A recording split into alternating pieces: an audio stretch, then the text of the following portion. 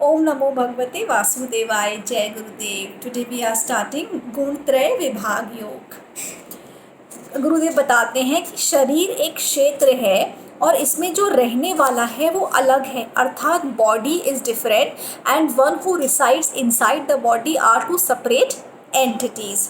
ज्ञान में भी जो सबसे उत्तम ज्ञान है, कृष्ण कहते हैं हे अर्जुन मैं तुम्हें अब वो देने जा रहा हूँ।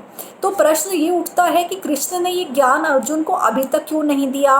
विभूति योग, भक्ति योग, क्या क्या बोलने के बाद इस बारे में क्यों बोला? क्योंकि वे प्रतीक्षा कर रहे थे कि अर्जुन कब एक मुनि के स्तर पर ऊपर उठते हैं। अब मुनि क्या होते हैं? मुनि वो हैं जो अपनी सारी इंद्रियों पर काबू पा चुके हैं और जिन्हें कुछ नहीं चाहिए, जो कि मुक्त हैं। फिर ये ज्ञान पाकर आखिर क्या मिलेगा? तो कृष्ण बताते हैं ये ज्ञान पाकर तुम्हें परम सिद्धि मिलेगी। क्या सिद्धि मिलेगी?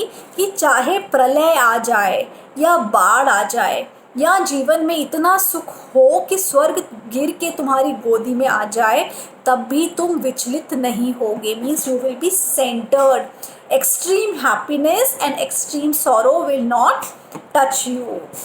और ऐसी स्थिति प्राप्त करके तुम मेरे को प्राप्त कर पाओगे और ये ज्ञान पाके तुम मेरे और करीब आ पाओगे। मुस्कान तुम्हारे चेहरे से कोई हटा नहीं पाएगा। कृष्ण कहते हैं तुमको जहाँ जो कोई भी जीव दिखता है, means any living entity around you, उसमें वो जो जीव का बीज है वो मैंने ही बोया है। और इस प्रकृति में 3 गुण हैं, रजो, सतो और तमोगुण। फॉर एग्जाम्पल जैसे बिजली होती है, उससे कहीं लाल बत्ती जलती है, कहीं पीली जलती है, कहीं हरी जलती है, लेकिन बिजली एक ही होती है। ठीक उसी प्रकार सब में एक ही धारा बहती है, लेकिन 3 अलग अलग तरह के गुण होते हैं।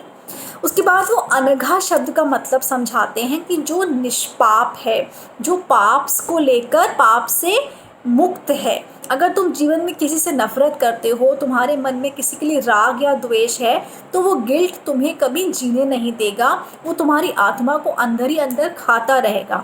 इसलिए हर संस्कृति में क्षमा मांग लेना या क्षमा कर देने की प्रथा बनाई गई है।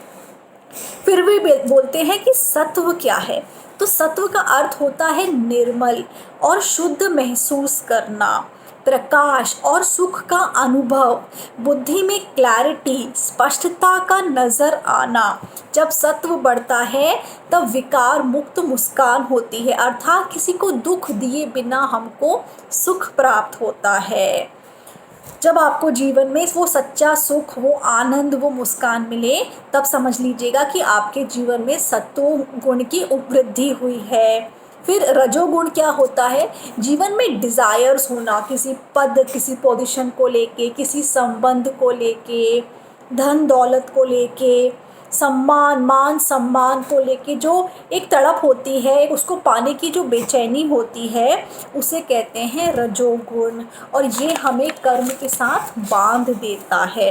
कभी कभी हमें एकदम हैप्पीनेस देता है और कभी कभी एकदम हम दुख की वजह से नीचे आ जाते हैं। कुछ ना कुछ करते रहने का लक्षण ही है कि हमें जो रजोगुण है उसकी वृद्धि हो गई है। और तीसरा होता है तमस।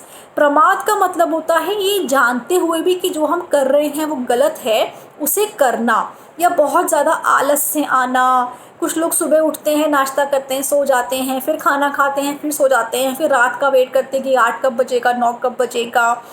तो ये तमोगुण का लक्षण है। लेकिन अच्छाई या बुराई की बात नहीं है, एक समय पे रजो, तमो और सत्व तीनों गुण हमारे भीतर मौजूद रहते हैं।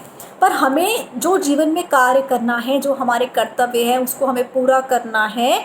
पर अगर हमारे अंदर जो तमोगुण वो बहुत बढ़ जाएगा तो हम अपने कर्तव्यों का ठीक से निर्वाहन नहीं कर पाएंगे। कुछ लोग नहाते नहीं हैं, डिप्रेशन में रहते हैं, अपने कपड़े नहीं धोते, गंदगी में रहते हैं।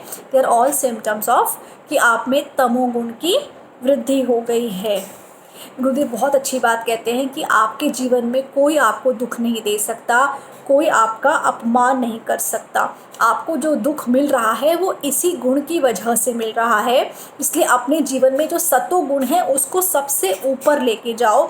इसीलिए गुरु के पास जाना, ध्यान करना, साधना करना, सत्संग करना अनिवार्य है, ताकि हमारे जीवन में जो सत्वा है वो बड़ा रहे।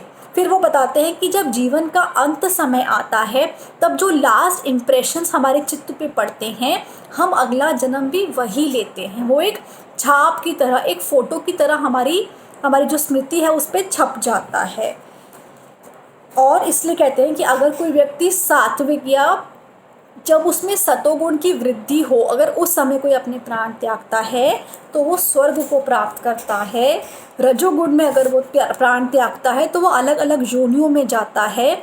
और यदि कोई तमोगुण में अपने प्राण त्यागता है तो वो मूढ़ योनि अर्थात पशु, पक्षी, पेड़ इसका जन्म लेता है। हम नहीं जानते हैं कि हमारे जीवन का अंतिम क्षण कब आएगा, इसलिए अपने सतोगुण को बढ़ाने का प्रयास हर क्षण करते रहें और हर क्षण देखें कि इस समय आप पे कौन सा गुण हावी हो रहा है। इसलिए साधना करना, ध्यान करना, ज्ञान में रहना बहुत अनिवार्य है। हमारे साथ जुड़े हैं, रोज़ भगवत गीता में आएँ, साधना में आएँ। जय गुरुदेव।